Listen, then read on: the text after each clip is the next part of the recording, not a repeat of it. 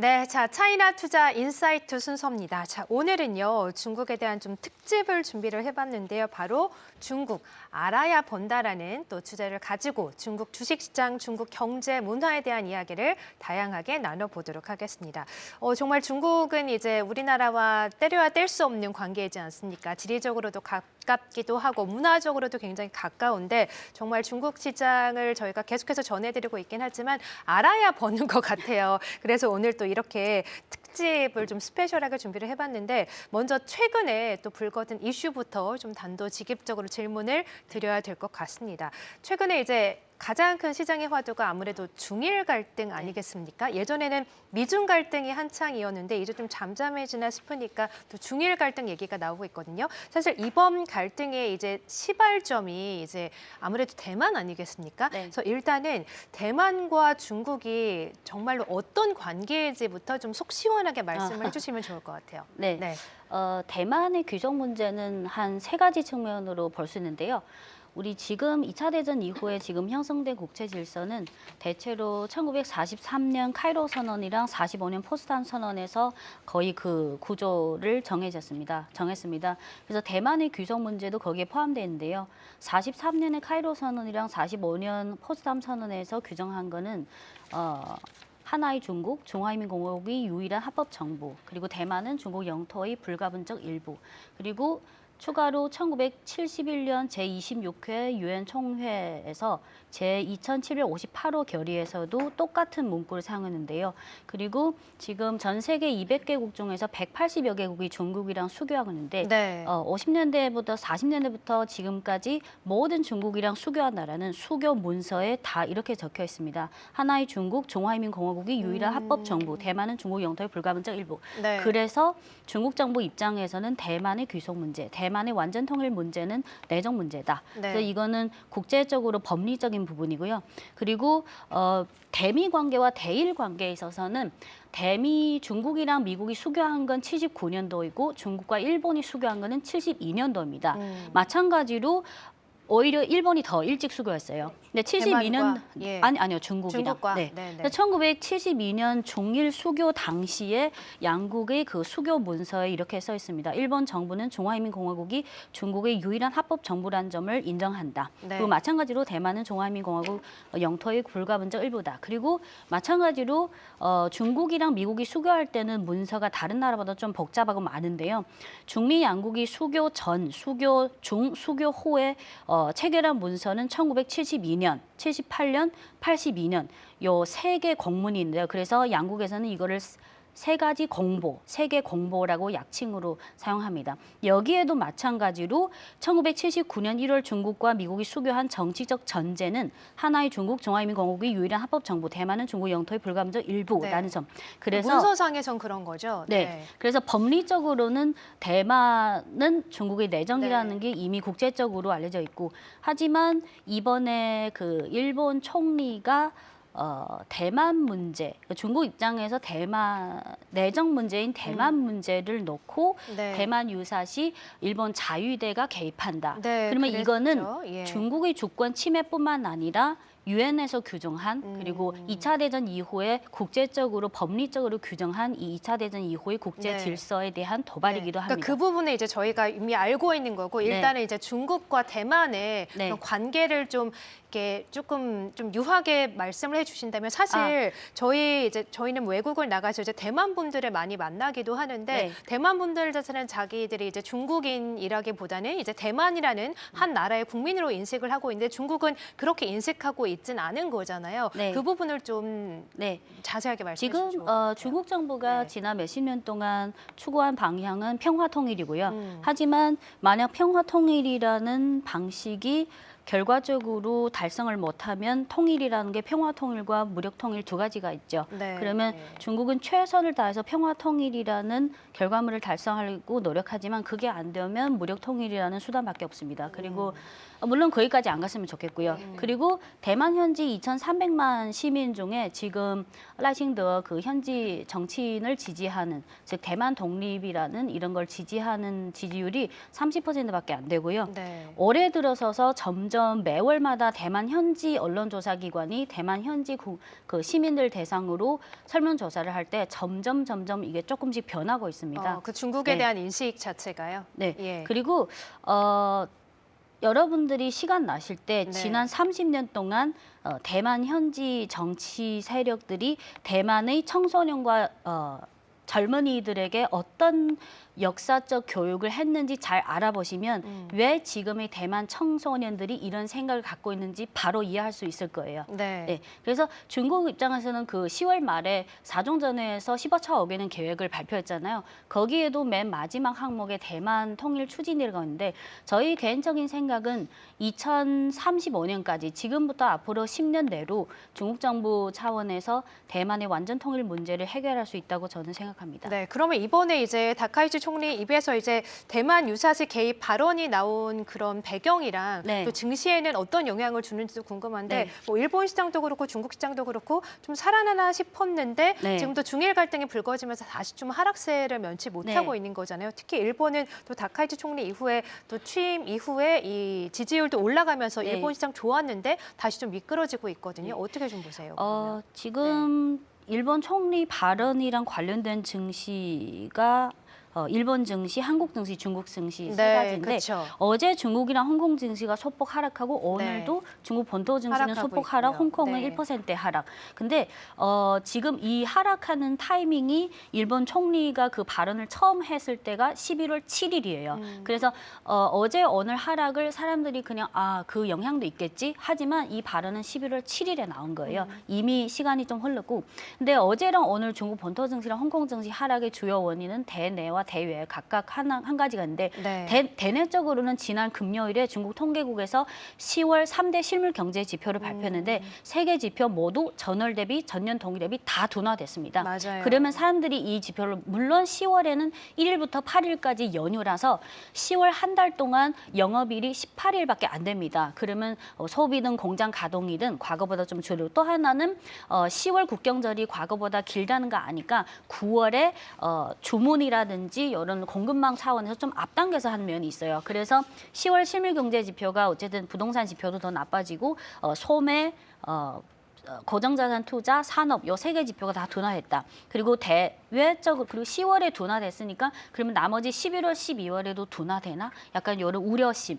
그리고 두 번째는 대외적으로 대일 관계보다는 지난주 이번 10월부터 특히 이번 달 들어서서 미국의 AI 거품 관련 우려가 계속 심화되고 있습니다. 그렇죠. 네. 물론 AI 거품이라는 표현은 미국의 AI 산업을 대상으로 한 맞춤형 표현이라고 생각하는데 하지만 투자 심리라는 것이 중국은 아직 AI 거품이라는 이런 표현을 안 쓰고 중국은 AI 산업에서 미국이랑 가고자 하는 방향이 AI 플러스 전혀 다른 길이기 때문에 그거는 여기에 해당되지 않지만 투자 심리라는 것은 미국의 엔비디아나 여러 가지 AI 관련 대장주들이 만약 그런 분위기 때문에 하락하면 중국에 상장한 뭐 엔비디아 공급 밸류체인 관련주라든지 관련 AI 직간접적으로 관련된 심지어 관련이 없는 종목들도 이런 분위기 때문에 좀 하락세를 면치 못합니다. 네. 그래서 이런 타이밍에 또 중일 간의 이런 분위기가 더 심각해지는 하지만 요거는 중국 증시 어제 오늘 하락의 메인 요인은 아니라고 생각합니다. 네, 그러니까 어제 오늘 또 중국 증시가 뭐 어제 오늘만 하락한 건 아니고 10월, 11월 들어서 네. 계속해서 좀 지지부진한 모습인데 중일 갈등뿐만 아니라 실물 경제 지표 등 다양한 경제 지표들이 좀 부진하게 나와가지고 이런 대내외 환경의 영향으로 하락을 한 거다. 꼭 중일 갈등 때문만은 네. 아니다라고 보시는 건데 그러면 앞으로 이제 뭐 대만을 둘러싼 대만 문제뿐만은 아니겠지만 중일 갈등의 이제 해소 양상은 좀 어떻게 볼 거라고 예상을 해서 지금 또 보니까 다카이치 사나이 총리가 또 G20 회의에서 뭐 중국과 좀 면담하기를 원한다 이런 보도도 나오던데 앞으로의 이제 향방 그리고 증시의 영향 좀 어떻게 보고 계세요? 네. 이미 어제 중국 외교부 대변인이 그 회담에서 그렇죠. 중국 총리가 일본 네. 총리 만날 생각 없다고 이미 네, 거절했고요. 네, 네. 되게 강경하게 나오더라고요. 왜냐하면 지금. 이게 네. 국가 이익에서 가장 1위가 주권이잖아요. 그래서 중국 입장에서는 만약 일본 총리가 이번 도발적인 발언을 처리하지 않으면 중국 입장에서는 일본을 제재할 여러 가지 정당성이 확실히 생기게 됩니다. 네. 그리고 지금은 어제 지난 몇 거래일 동안 나온 거는 중국인들의 일본 여행이나 그런 걸 좀 조심해라. 맞아요. 금지는 아니고 네. 그 어떤 자제. 건의, 예. 자제하도록 건의. 근데 네. 이거는 중국이 내세울 수 있는 여러 가지 카드 중에 아주 가장 만만한 카드죠. 그 외에도 일본의 핵심 산업이 무엇입니까? 자동차, 네. 반도체, 소재, 그렇죠. 장비. 그래서 히토류 견제가 또 들어갈 수 있겠네요. 그래서 맛보기로 네. 그거 한 거고요. 근데 네. 중국 입장에서 일본 총리가 그걸 처리하지 않으면 중국 입장에서는 더 수위가 높은 제재 조치를 취할 수 있고, 하지만 일본 입장에서, 그리고 말씀드리자면 일본 총리 입장이랑 일본 전체 국익 입장은 좀 괴리가 있습니다. 근데 일본 다카이시 총리 입장에서는 지금 올해 들어서서 특히 지난 몇 개월 동안 일본 현지 20, 30대 약간 극우파 성향을 가진 젊은 층들이 지지율이 올라가고 있습니다. 그리고 11월 7일에 그 도발적인 발언을 하고 나서 20, 30대 젊은 층들이 지지율이 좀 더 올라갔습니다. 네. 그러면 지금 일본 총리 입장에서는 그런 지지율을 확보하기 위해서라도 이런 발언을 처리할 수 없는 상황이고, 그럼 좀 그리고 만약 갈등이 장기화될 수도 네, 있겠네요. 만약 처리한다면 오히려 본인 지지 세력이 우든 극우든 이 사람을 더 이상 지지할 수 없는 상황이 돼버려요. 그래서 네. 지금 제 생각에는 시간이 흐를수록 일본 총리가 점점 궁지에 몰릴 수밖에 없는 상황이에요. 네, 하지만 중국 입장에서는 일본에서 그걸 처리하지 않으면 이제부터 뭐 여행 뭐 제재 그거는 중국 입장에서는 아무렇지 않죠. 네. 물론 일본 입장에서는 이미 어제에 이어서 오늘도 시세도나 관광주나 뭐 이런 항공주나 계속해서, 예를 들어서 시세도가 어제 9% 하고 어제 오늘 급락했죠. 2%. 그래서 이제 반사이익 측면에서 우리나라 이제 여행, 뭐 화장품 이런 유통 관련주가 좀 올라가고 있는데 우리나라 증시에서 이런 뭐 대안으로 삼아보는 또 투자자 입장에서 좀 어떻게 보시는지. 저는 네. 어제 한국의 항공이나 관광이나 이런 쇼핑이나 이런 종목들이 급등했지만 좀 단기적인 효과라고 생각합니다. 네. 왜냐하면 지금 일본의 전체 관광 그 객 중에서 한 20%대가 중국인이고, 중국인들이 1인당 일본 현지에서 소비 금액이 계속 올라가고 있습니다. 근데 정부에서 일본 여행이나 뭐 유학을 권고해도 일본에 가든지 여부는 이거는 개인적인 선택 문제고요. 어제도 저희 대학 동창이 일본 여행을 갔습니다. 그래서 당장은 그렇지만 취소 안 하셨네요. 네. 갈 사람은 가고. 네네. 그래서 한국의 반사 이익은 요런 중일 간의 요런 국제 이슈 때문에 반사 이익을 받은 거지, 중장기적으로 한국의 관광 자원, 관광 매력도가 순식간에 훨씬 뭔가 새로운 것이 나왔다, 그거는 아닙니다. 네. 그래서 저는 좀 단기적인 반사이익, 하지만 또 중일 갈등이 계속 장기화되면 요 단기적인 반사이익도 기간이 계속 길어질 수밖에 없죠. 네, 어쨌든 뭐 우리나라 시장에서 반사이익 측면으로 유통, 여행, 항공주들이 좀 반사이익 받고 있긴 하지만 좀 단기간으로 좀 볼만한 그런 재료이다라고 보시고, 또 중일 갈등에 대해서는 앞으로 좀 어떻게 시장에 영향이 또 나오고, 또 관련해서 총리나 관련해서 지도부 측에서 어떤 발언들이 나오는지는 계속해서 좀 지켜봐야 될 것 같아요. 그리고 어제 네. 그 갈등 때문에 중국 증시 중 방산주 중 올랐죠. 대표주들이 많이 뭐 상한가도 나오고, 근데 네. 오늘은 빠지죠. 어제 급등하고 나서 오늘 네. 빠졌는데, 그러니까 단기적인 재료일 수 네, 있겠어요. 어제는 네. 그렇지만 이제 이런 갈등 이슈가 중국 증시에 미치는 영향이 이미 오늘 시점으로 이미 희석화되고 있어요. 네,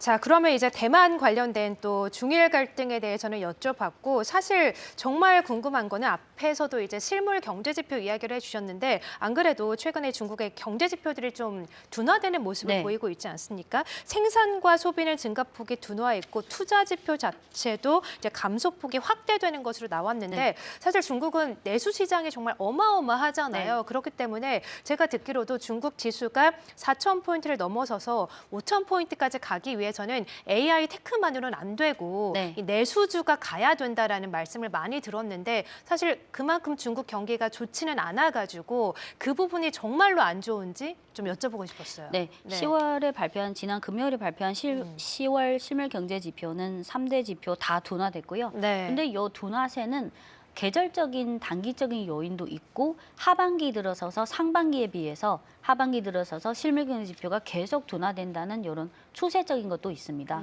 예를 들어서 화면을 보시면 내수를 반영하는 사회소매 판매, 이게 지난 12개월, 1년간인데요. 상반기를 보면 1월부터 6월까지, 5월까지 대체로 상향이었습니다. 하지만 6월부터 6, 7, 8, 9 하락. 계속 하락했네요. 요 네. 이유는 상반기에 이구 환신 정책을 작년부터 해서 올해는 작년보다 2배로 늘렸잖아요. 근데 이구 환신이라는 것이 내가 정부로부터 10%에서 15% 공제를 받고 휴대폰을 산다. 네. 그럼 하나를 사고 나서 다시 살 수 없어요. 1년, 2년 지나고 나서 또는 망가졌거나. 그래서 네. 이구 환신에 따른 전자제품 소비가 일회성이라는 성격이 강합니다. 그래서 상반기에 산 사람들은 하반기. 그리고 이구 환신 정책이 아무래도 상반기에 많이 소비되는데 하반기에 들어서서 지역마다 다르지만 어떤 지역은 올 한 해 요 지역의 이구 환신 예산은 끝. 그래서 점점 더 많은 지역이 연말에 다가갈수록 이구 환신 이제 완료. 그래서 하반기에 들어서서 상반기보다 소매 판매 지표가 둔화되고 있고요. 또 하나는 계절적인 요인인데요. 작년에는 올해보다 이구 환신 정책의 효과가 좀 길어졌는데 작년에 10월을 보면 화면을 보시면 작년 10월에 4.8%였어요. 근데 올해 10월은 2.9%. 근데 이게 좀 짧아서 그런데 작년 7월부터 12월까지 하반기 월별로 10월의 지표가 가장 높았습니다. 그러면 올해 지표 중에서 10월의 기저 효과가 가장 뚜렷하다. 그래서 올해 10월에 지표가 둔화된 거는 이런 이구 환신 효과의 약화 그리고 기저 효과가 강하다. 네. 이런 게 크고요. 두 번째 제조업 경기를 반영하는 산업 생산을 보시면 대체로 지난 1년 동안 등락은 있지만 대충 어느 정도 선에서 횡보세를 보였죠. 그래서 네. 소매 최근에 좀 많이 지표보다는 좀 덜. 낮아졌고요. 근데 네. 굳이 따지자면 상반기는 요 6개월의 평균치를 내면 한 6%대인데 하반기는 7, 8, 9, 10, 4개월 평균치를 내면 5%대로 떨어졌어요. 네. 요거는 하나는 요 제조업이라는 게 국내 수요 플러스 해외 수출이잖아요.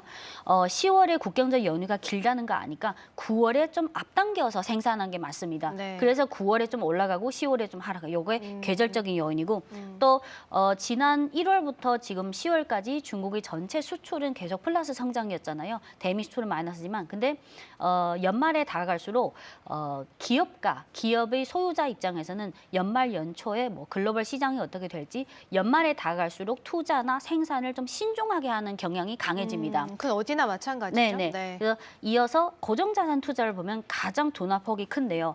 올해 1월, 2월, 3, 4월은 그래도 한 4% 정도 성장했는데 하반기부터 이미 지난달에 마이너스 전환했고 투자는 좀 많이 줄어들고 요거는 있네요. 안에 쪽에 보면 좀 호전된 부분도 있고 둔화된 네. 부분인데 중국의 고정자산 투자는 이렇게 생각하면 됩니다. 30% 제조업, 20% 인프라, 20%대 인프라, 20%대 부동산, 나머지 20%대가 뭐 다른 신흥산업, 서비스업 여러 가지 다양한. 그러면 제조업은 아까 그 앞에 요 지표랑 비슷한 느낌.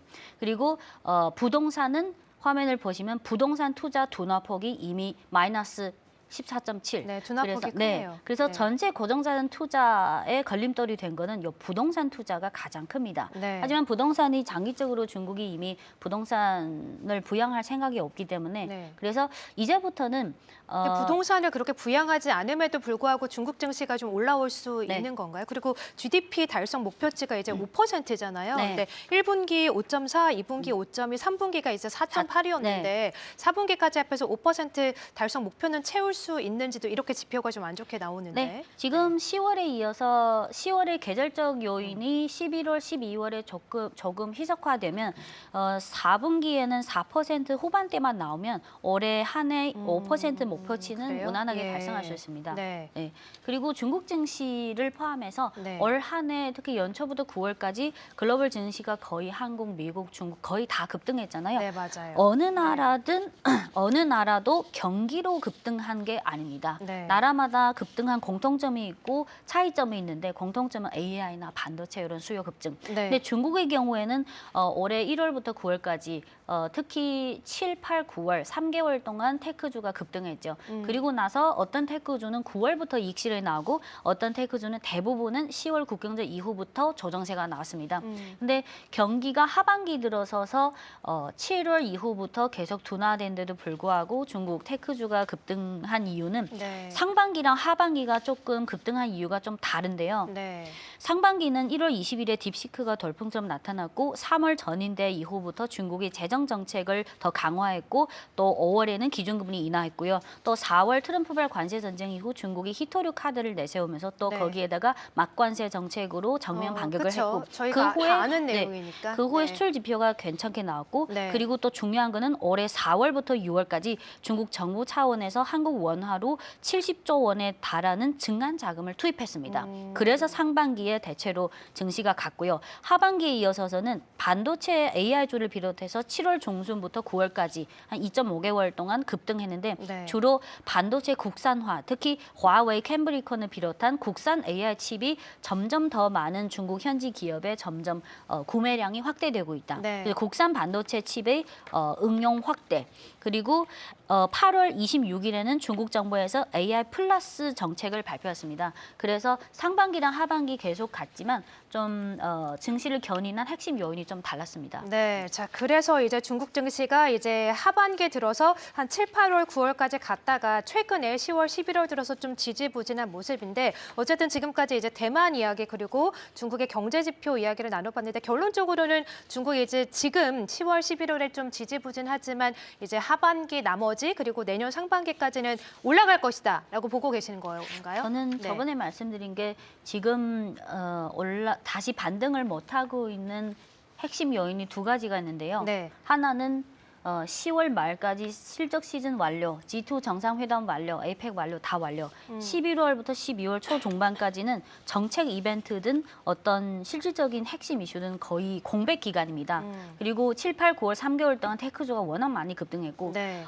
두 번째는 중국 현지 기관 투자자들이 본격적으로 움직여야 개인들도 따라 움직이는데 네. 동작 하나로 지금 중국 현지 기관들의 태도, 자세를 표현할 수 있는데요. 9월까지 급등하고 나서 올해 1년 KPI 수익률 KPI는 거의 다 완성했어요. 그래서 10월부터 중국 현지 기관은 이렇게 지켜보고 있는 거군요. 연말까지 기다리자. 네. 그래서 지금은 어떤 추가적인 악재보다는 공백기에다가 현지 기관들이 자금 수급이 안 움직이고 있다. 네, 그러니까 네. 저희도 이제 중국 주식 투자를 하고 있는 입장에서 저희가 딱 이제 관심을 가지면서부터 중국 시장이 한 반짝 오르다가 그 뒤로 좀 못 가고 있어서 약간 굉장히 아쉽거든요. 네. 그래서 왜 이렇게 못 가지? 테크주들 AI는 좋다고 하는데 왜 이렇게 못 가지? 그래서 질문을 드렸는데 일단은 기금 자체에서 좀 돈이 들어와야 되는데 기금이 좀 안 들어오기 때문에 연말까지는 좀 지켜보자라는 좀 관점이 있기 때문에 지수가 연말까지는 좀 지지부진할 것이다라고 하셨어요. 사실 저희가 이제 찐능님한테 듣고 싶은 이야기는 정말 이제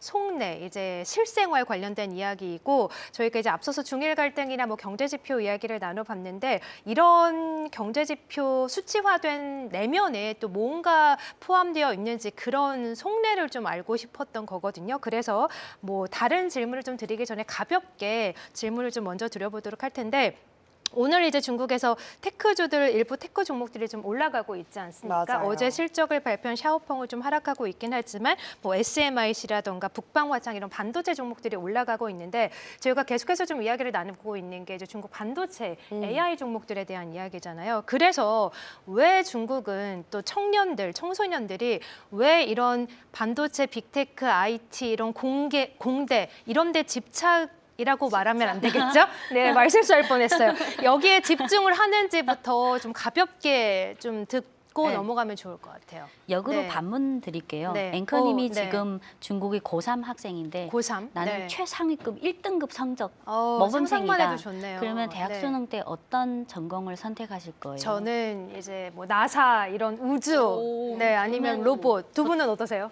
저는 돈 많이 주는 진로를 AI. 조금 택할 것 같아요. 네네네. 하영 캐스터는요?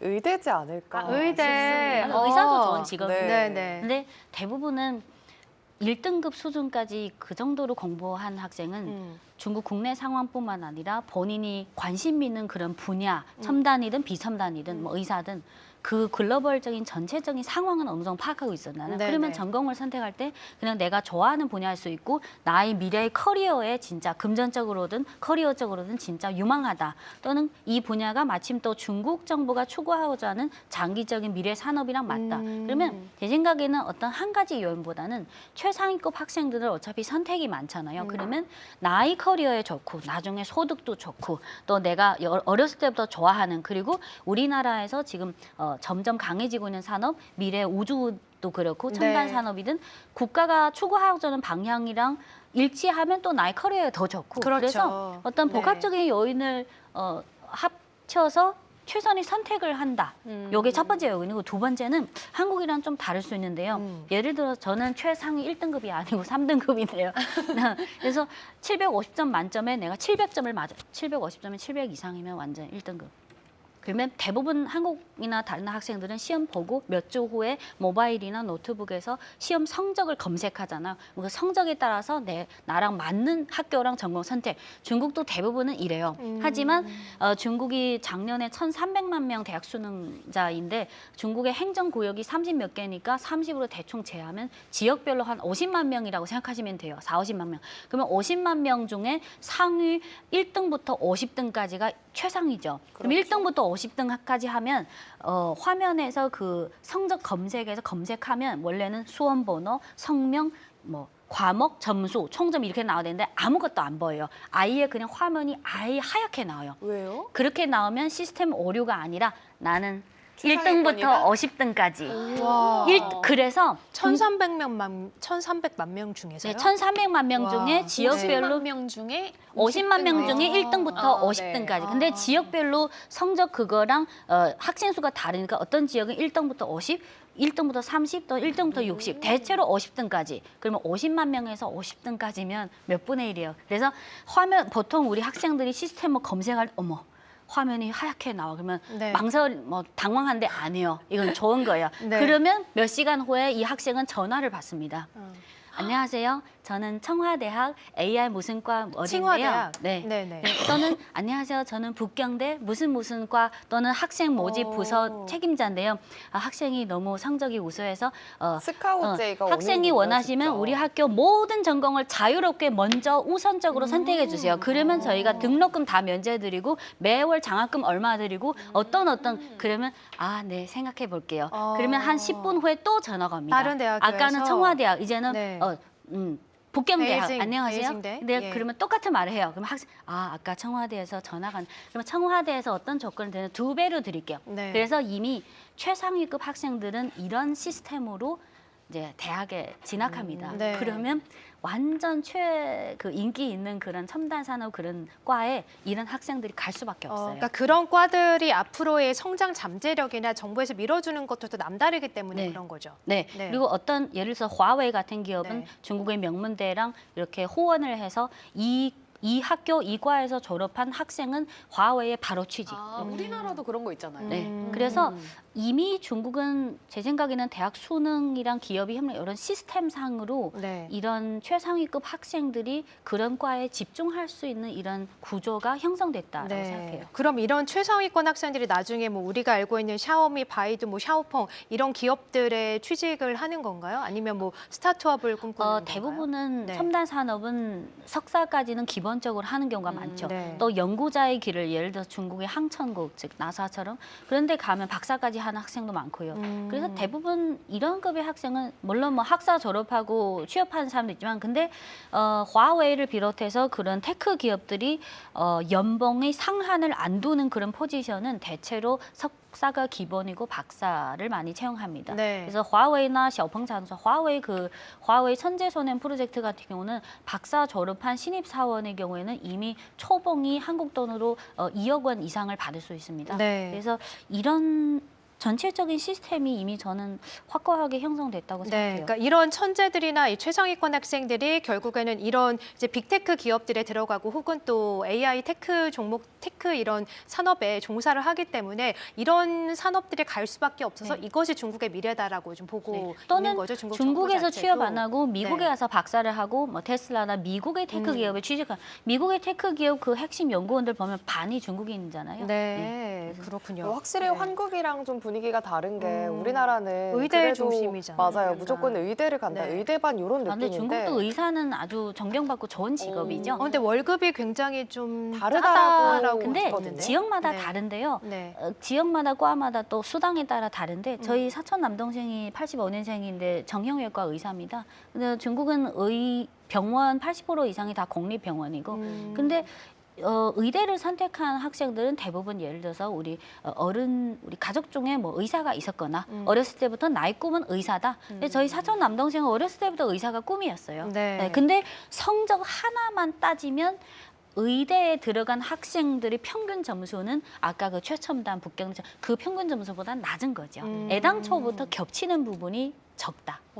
네. 근데 이제 의사도 아주 좋은 직업이에요. 아, 그래요? 뭐 이런 공대 출신들의 이런 월급보다는 훨씬 못 미친다라는 기사를 봐가지고. 근데 대신 나중에 네. 공립병원에서 60세 정년 퇴직하면 국민연금이 그게 공무원 성격이니까 아, 국민연금을 또 복지 그런 면에서. 네. 근데 AI나 첨단 산업은 물론 중국의 항천국 그런 국가기관에 들어가면 뭐 나중에 복지도 좋지만 그냥 예를 들어서 대부분 테크 기업은 민간 기업이잖아요. 그러면 들어가서 60세까지 하는 사람은 거의 뭐 드물고요. 네. 30, 40대까지 하고 또 나와서 창업한 사람도 있고 그러면 그 커리어를 유지하는 동안에는 열심히 해서 그 한국 표현으로 바짝.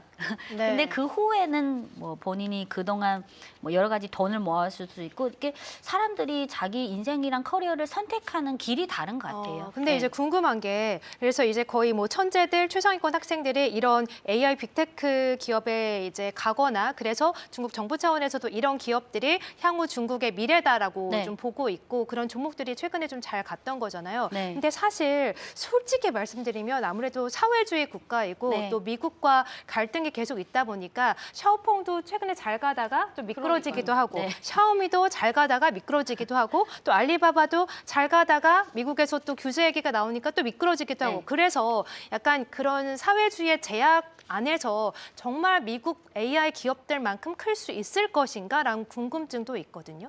네. 저는 오히려 반대로 생각하는데요. 지금 미국의 AI 산업의 가장 큰 한계점이 두 개잖아요. 하나는 장기적으로 전력 인프라가 구비되지 않았다.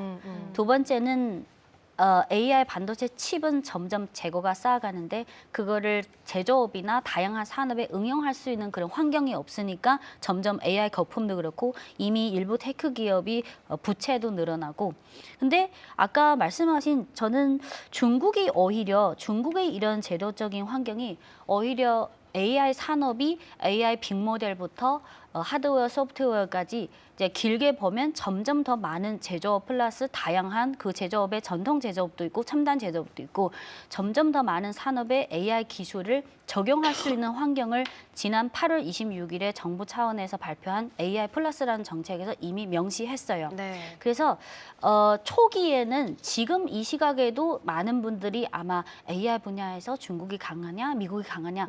중국은 이미 그런 경쟁 그 차원에서 벗어나서 이제 AI 빅모델은 어차피 딥시크도 있고 다른 테크 기업마다 자사의 AI 빅모델이고 이제부터는 전통 제조업 그리고 이미 AI 기술이 예를 들어서 중국의 건설 회사나 또는 철강 회사나 이런 굴뚝 산업에 들어갔고 점점 더 많은 의료 산업, 소비 여러 가지 다양한 산업에 AI 기술을 접목하는 단계로 갑니다. 네. 그리고 그거를 더 길게 접목하기 위해서는 전력 인프라는 과거에 소개해드렸듯이 지난 4, 5년 동안 동수서산 프로젝트를 위해서 앞으로 AI에 필요한 전력 인프라를 확실히 깔아놨다. 그래서 저는 그냥 단순히 중국이 사회주의이긴 맞는데 네. 중국은 중국 특색이 사회주의. 네. 네, 여러분들 또는 많은 사람들이 머릿속에 있는 그 이론적인 또는 그 나라의 정치적 언론의 어떤 교육에 따라서 형성된 그 사회주의가 아닙니다. 네, 그러니까 사회주의 안에 자본주의의 그런 모습이라고 할까요? 그런 부분이 좀 많이 있다라는 말씀이신 많이 거죠? 믹스돼 있죠. 많이 믹스되어 있다. 근데 그럼에도 불구하고 이제 뭐 저는 한국인이다 보니까 그럼에도 불구하고 중국 시장이 아직은 규제가 좀 많다라고 좀 느껴지는 게 공매도도 여전히 좀 금지가 되어 있고 뭐 단주 매매도 안 되고 이런 네. 부분들이 아직은 금융시장이나 좀 경제 전반에 좀 제약들이 많아서 접근하기가 아직은 좀 어렵다라는 생각도 들거든요. 네. 중국 증시를 본토 증시랑 홍콩 증시로 나누면요. 본토 증시 상해 거래소랑 심천 거래소는 비슷한 규정이 많고 하지만 홍콩 거래소 규정은 오히려 미국이나 다른 나라 규정이랑 더 가깝습니다. 그래서 예를 들어서 중국 본토랑 홍콩 증시에 동시 상장된 종목이 많잖아요. 또 거기에 또 미국 상장 근데 거래소 규정은 중국 본토 증시 규정은 본토 증시 규정이고 홍콩 거래소 규정은 홍콩 거래소 네. 규정입니다.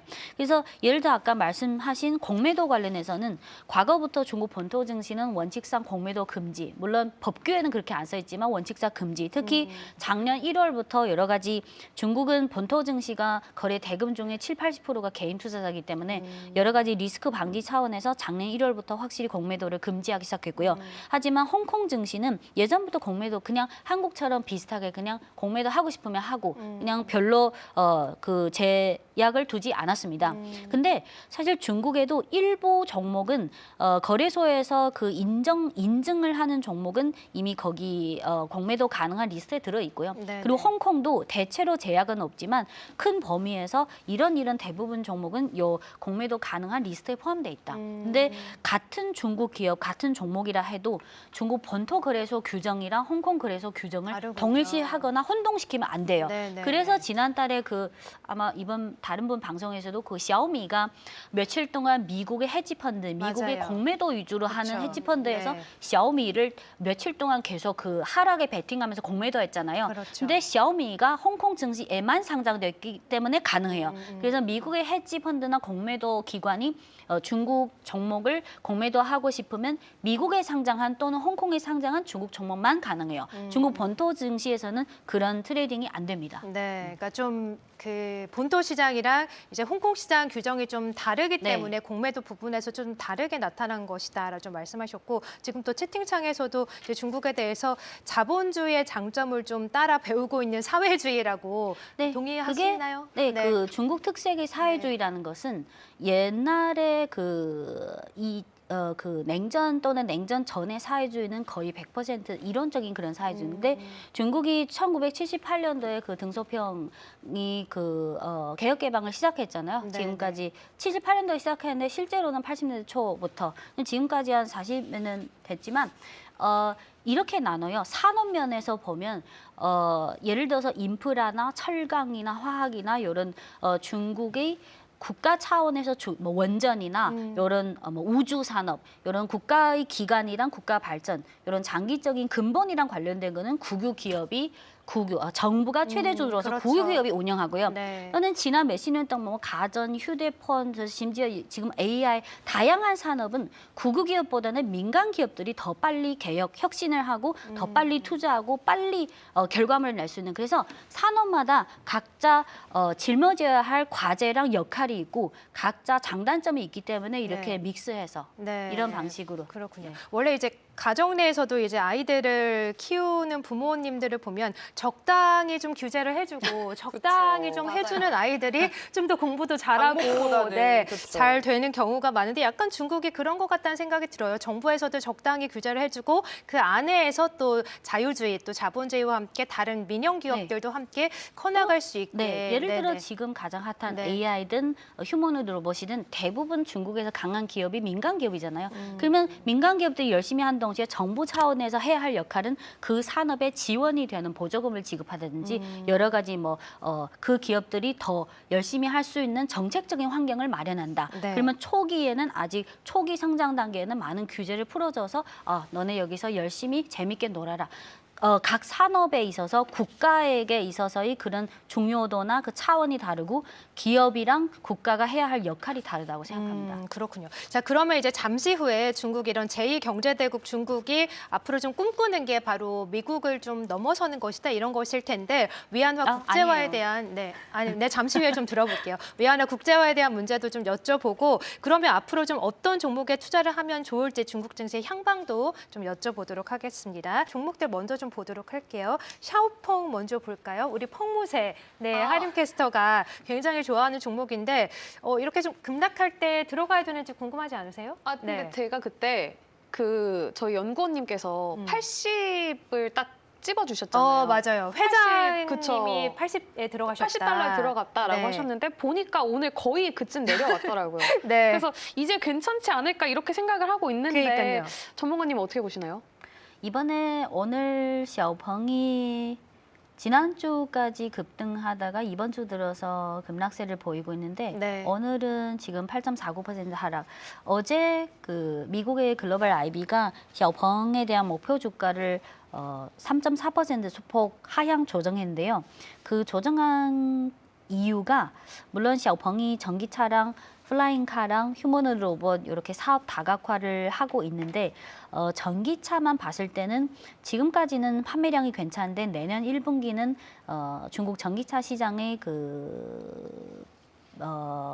성수기가 아니라 비수기다. 그래서 지금 내년 1분기까지는 전기차 판매량 면에서는 뭔가 하이라이트가 나타나지 않을 것 같다. 네. 하지만 장기적으로는 이런 사업 다각화에 대해서는 긍정적으로 본다. 근데 당장은 목표 주가를 근데 보통 글로벌 IB가 목표 주가를 하향 조정하면 홍콩 시장이랑 미국 증시에 상장한 종목은 기관들이 요 글로벌 IB의 입김이 세니까 샤오펑 자동차가 바로 그리고 3분기 실적을 보시면 샤오펑 자동차의 3분기 실적을 보시면 매출액은 전년 동기 대비 119% 증가했지만 영업이익이랑 순이익이랑 다 아직은 지금 적자로 나오고 있는데요. 그럼 들어가도 괜찮을까요, 지금 샤오펑? 근데 지금 최근 몇 개월 주가를 보시면 8월 상반기 연초부터 상반기까지는 계속 횡보했는데 8월부터 지난주까지 계속 급등했습니다. 근데 지금 하락한 거는 3분기 실적에 대한 실망감 그리고 어제 미국 글로벌 IB 그리고 CT 등 기관에서 목표 주가를 하향 조정한 거. 근데 이거는 저는 수급적인 부분이 크다고 생각해요. 네. 이 샤오펑 자동차가 뭐 방향 추세적으로 뭐 안 좋은 기업으로 간다 그게 아니라 네. 지금 11월 중순 지금 당장은 이럴 것 같아요. 네. 주가 차원에서. 네. 그러니까 아주 정확히 결론을 항상 안 내주셔가지고, 그러니까 당장은 좀 이렇게 내려가겠지만 추세적인 하락은 아니니까 네. 들어가도 괜찮다라는 말씀이실까요? 근데 추세적인 하락이 네. 안 와도 굳이 지금 하락할 때 들어갈 필요 있나요? 그러니까 좀 하락이 멈췄을 때 들어가는 게 글로벌 좋겠지만, 기관들이 네. 미국이나 홍콩 시장에서 계속 매도를 며칠 동안 더 한다면 굳이 지금 그게 어느 정도 그렇지만, 진정된 후가 더 진정된 이후에는 들어가도 괜찮다. 그럼 샤오미는 어떻게 보세요? 샤오미 이제 실적을 발표할 예정인데 샤오미는 약간 차트상으로는 추세적 하락이 좀 보이기도 하는데 샤오미는 어떻게 보세요? 저는 샤오펑에 비해서 샤오미가 오히려 하락 기간이 괜찮아요? 하락 기간이 더 길어질 거라고 아이고. 생각하는데요. 왜냐면 두 기업이 성격이 좀 다르잖아요. 물론 공통점은 전기차지만 샤오펑은 전기차가 매출이 80% 이상이고 그 두 개 신사업은 이제부터 시작. 근데 샤오미는 매출 중에 40%대가 스마트폰이고 전기차는 한 20%. 그러면 전기차가 고성장을 하더라도 잘 팔린다 하더라도 매출의 43%를 차지하는 스마트폰이 아시다시피 스마트폰이 물론 계속 꾸준히 팔리지만 이미 스마트폰은 고성장 시대가 지난 지 이미 오래됐어요. 그래서 샤오미가 스마트폰 외에 AI 사업, 뭐 소프트웨어, 전기차 여러 가지 IoT 이런 사업을 계속해서 더 길게 매출 구성의 그런 구조적인 전환을 더 추구해야 돼요. 네. 그래서 저는 샤오미에 대해서는 아직은 좀 부정적으로 생각하는 편이에요. 오늘 아니, 실적이 나오는데 네. 좀 양호하게 맞아요. 나올 거라고 하더라고요. 네. 인도량도 나쁘지 않고 뭐 매출이라든지 네. 순이익도 괜찮을 네. 거다 이렇게 나왔는데 그래도 반등은 어렵다는 말씀이신 네, 거죠? 샤오미의 스마트폰이나 전기차는 계속해서 괜찮고요. 스마트폰도 안정적으로 성장하고 있지만 지금 올해 시장에서는 특히 키워드가 뭐 탄소 중립도 있지만 반도체랑 AI. 그러면 샤오미는 사실상 이 키워드랑 물론 그 상반기에 몇 개월 올랐지만 올해랑 미래 몇 년 동안 계속 이 증시를 이끌어갈 이런 핵심 키워드랑은 사실 아이고. 거리가 좀 있다고 네. 생각해요. 아, 그래요? 따지고 보면. 네. 어떤 종목에 투자를 해야 되는지 참 어려운 것 궁금해지네요. 같아요. 너무 어려워요, 중국 종목들. 그러면 마지막으로 바이두도 함께 여쭤볼게요. 바이두 이제 AI 칩 공개하고 나서 또 화두가 되고 있긴 한데 바이두도 실적을 발표할 예정이잖아요. 바이두는 어떻게 보세요? 아, 바이두 저는 아까 그 샤오펑이랑 샤오미랑 바이두 세 종목이 좀 다 다른 종목이지만 굳이 저는 순위에서 이 세 종목에서 바이두를 제일 안 좋게 보는데요. 왜냐면 물론 다른 종목도 다 굳이 이 세 종목 중에서 굳이 따지자면은 굳이 아까 샤오미는 매출 중에 40%가 스마트폰이잖아요. 근데 바이두는 아직은 검색 포털을 통한 그 광고 수입이 가장 큽니다. 근데 지금 바이두의 긍정적인 요인이랑 부정적인 요인이 하나씩 있는데 긍정적인 요인은 바이두가 자사 칩도 있고 그 AI랑 관련된 사업도 있고 그리고 중국의 3대 자율주행 택시 중에 하나가 바이두 산하에서 하는 거고 아폴로고요. 네, 근데 지금 그 3대 자율주행 택시가 중국의 여러 지역에서 점점 시범 도시는 많아지고 있는데 아직은 이 사업 하나만 따지고 보면 아직은 투자 단계이지 그 흑자 단계는 아니에요. 이거는 계속해서 돈을 태워야 되는 사업. 근데 한 가지 부정적인 요인은 딥시크 때문인데요. 1월 20일에 딥시크가 나오고 나서 저도 예전에 딥시크가 없었을 때는 중국어로 검색할 때는 거의 다 바이두에서 검색한데 네네. 본능적으로 딥시크가 나오고 나서 저는 바이두 사용량이 한 반으로 줄어든 것 같아요. 그러면 검색 자체도 줄어들고 바이두가 검색이나 여러 가지 플랫폼을 통해서 광고를 많이 해야 되는데 네. 그 부분도 그래서 실적 면에서는 자율주행 택시 그게 나중에 시범 도시가 점점 확대된다 하더라도 아직은 돈이 안 되고 네네. 기본 그 기존의 주요 사업은 딥시크나 여러 가지 이런 선택이 다양화되면서 바이두에서만 검색해야 된다. 그게 이미 깨졌어요. 네네. 그래서 저는 제가 너무 부정적인 건가요? 네, 아니, 그러면 네. 뭐 사야 돼요, 도대체? 그러니까 결론을 뭘 좀 사야 지어주셔야 돼요, 될 것 그러면? 같아요. 저는 중국 증시는 지지부진하지만 내년엔 잘 갈 거다라고 하셨는데 지금 다 싫다고 하셨잖아요. 굳이. 뭘 사야 합니까? 아까 그 세 개 네. 단기랑 장기로 나면 장기적으로 저는 만약 연말 연초에 조정세가 어느 정도 마무리되면 중장기적으로 저는 여전히 테크주를 좋게 봅니다. 그중 지금 다 테크주 아니었어요? 테크주 중 어떤 종목을 아 보세요? 근데 저는 이 테크주라는 표현이 너무 범람하게 사용됐다고. 그렇긴 하죠. 왜냐면 네. 바이두 다 테크주긴 한데 네. 테크주 안에서도 매출 구성을 따지면 너무 세분화되어 있거든요. 맞아요. 그래서 테크주가 포괄적인 명칭이긴 하지만 저에게 있어서 제 기준으로 테크주는 물론 화웨이가 비상장이지만 하드웨어 일단은 하드웨어 쪽에서 그 테크를 가져야 돼요. SMIC 말씀하시는 거예요? 화웨이가 상장사였으면 좋겠지만 근데 단순히 플랫폼만 갖고 있는 회사는 저는 실질적인 의미 테크주로 보기에는 조금 역부족. 네, 그래서 어떤 종목? 단기적으로는 지금 조정세에 있어서 내수주나 또는 그 리튬 관련주나 그동안 조금 소외됐던 그런 자원이랑 관련된 그리고 중장기적으로는 연말 연초 조정세가 일단락되면 저는 여전히 테크주, AI나 반도체나 좀 더 포괄적으로 보면 탄소 중립이랑 관련된 저는 그 성장성이 확보되기 때문에 계속 좋게 보고 있습니다. 네. 그다음에 지금 단기적으로는 종목은 어제도 절대 안 알려주시네요. 저는 종목이 만약 리스크가 크다고 하면 ETF나 펀드로 무난하게 가도 저는 괜찮다고 생각해요. 네, 굳이 네. 본인 돈을 종목 하나에 베팅하기보다는 앞으로 만약에 중국에서 네. 조금 유망되는 아, 종목을 네. 보려면은 이 차이나 마켓 나우를 계속해서 좀 시청을 하시면 네. 언젠간 좀 말해주지 않을까 싶습니다. 언젠가라니요. 저희 당장 답을 들어야 합니다. 근데 단기적으로는 내수 소비 부양에 좀 집중되어 있는 종목을 아니요. 보시고 네. 장기적으로는 좀 테크 이런 종목을 종목으로 보시자. 치면 예를 네. 들어서 중국은 어차피 첨단 반도체 제조사가 SMIC밖에 없고 그리고 화웨이가 비상장이니까 화웨이랑 국산화 작업에서 하드웨어랑 소프트웨어를 같이 협력해서 하는 상장사도 많고 네. 어제 이어서 오늘 화웨이 그 테마주들이 오늘도 계속 오르고 있는데요. 화웨이가 11월 21일에 어떤 소규모 발표를 할 건데 그 1대1로 엔비디아 소프트웨어, 하드웨어 측면에서 소프트웨어 성능이 못 미치니까 하드웨어 성능이 못 미치니까 소프트웨어에서 혁신적인 결과물을 11월 21일에 발표해서 할 거예요. 그래서 화웨이 밸류체인 관련주, 그 휴머노이드 관련해서는 유비테크나 그런 유비테크도 있고 내년 하반기에 저번에 골드만삭스에서도 보고서에 나왔듯이 올해는 소량 양산의 원년이고 내년 하반기부터 점점 더 많은 중국의 휴머노이드 로봇 네. 회사들이 양산 규모를 늘려갈 거다. 네. 그래서 저는 알겠습니다. 네. 네.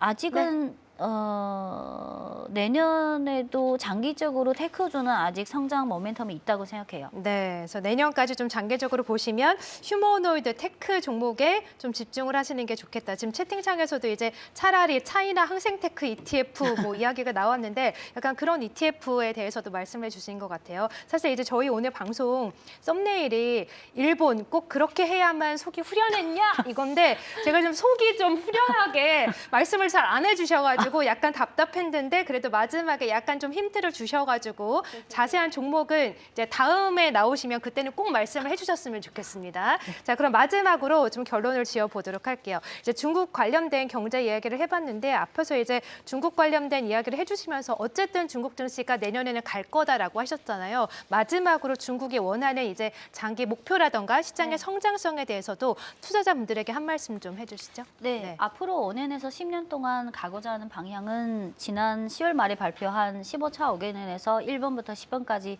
항목별로 다 펴시는데요. 네. 증시랑 관련된 거는 아무래도 산업과 관련된 부분이죠. 그 1번이랑 2번 항목에 과학기술 강국, 제조 강국 여러 가지 그 방향성을 제시했고 제조 강국에서도 미래 산업 몇 개, 신흥 산업 몇 개 그거를 다 그 공문에 다 표기했고요.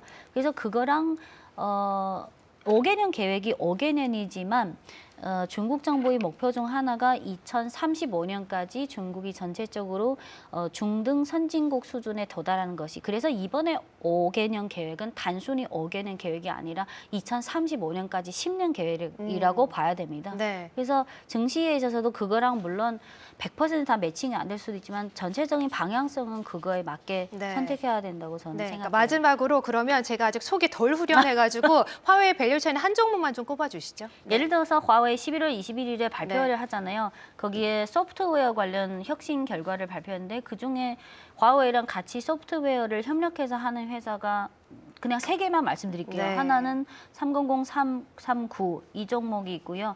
윤화 소프트웨어. 네. 그리고 두 번째 요 세 개 다 비슷비슷하게 그华为랑 소프트웨어 협력 사업을 하는 회사예요. 네. 근데 다 3으로 대부분 이런 소프트웨어 회사는 3으로 시작하는 종목이 많아요. 네. 두 번째는 소프트스톤 301236이 네. 있고 어제 이어서 오늘 그 세 번째는 요거는 또 3이 아니네요. 002261. 그래서华为랑 하드웨어 협력사가 아니고 소프트웨어 면에서 협력을 많이 한 요 세 개만 기억하시면 됩니다. 300, 339, 네. 301236, 002261. 네. 그래서 요 세 종목의 흐름을 보면 지난주 후반부터 강세를 보고 시작했는데 특히 아. 어제랑 오늘 그 11월 21일에 소프트웨어 혁신 그 성과 발표회 기대감에 어제에 이어서 오늘도 이런 협력사 위주로 강세를 보이고 있습니다. 네, 자 어쨌든 세 종목은 좀 얻어냈네요. 네, 자 관련해서 윤화 소프트웨어 그리고 소프트스톤 마지막은 이제 002261이라는 네. 또 종목 이제 화웨이 밸류체인 종목들 살펴봤으니까요. 또 계속해서 흐름도 살펴보도록 하죠.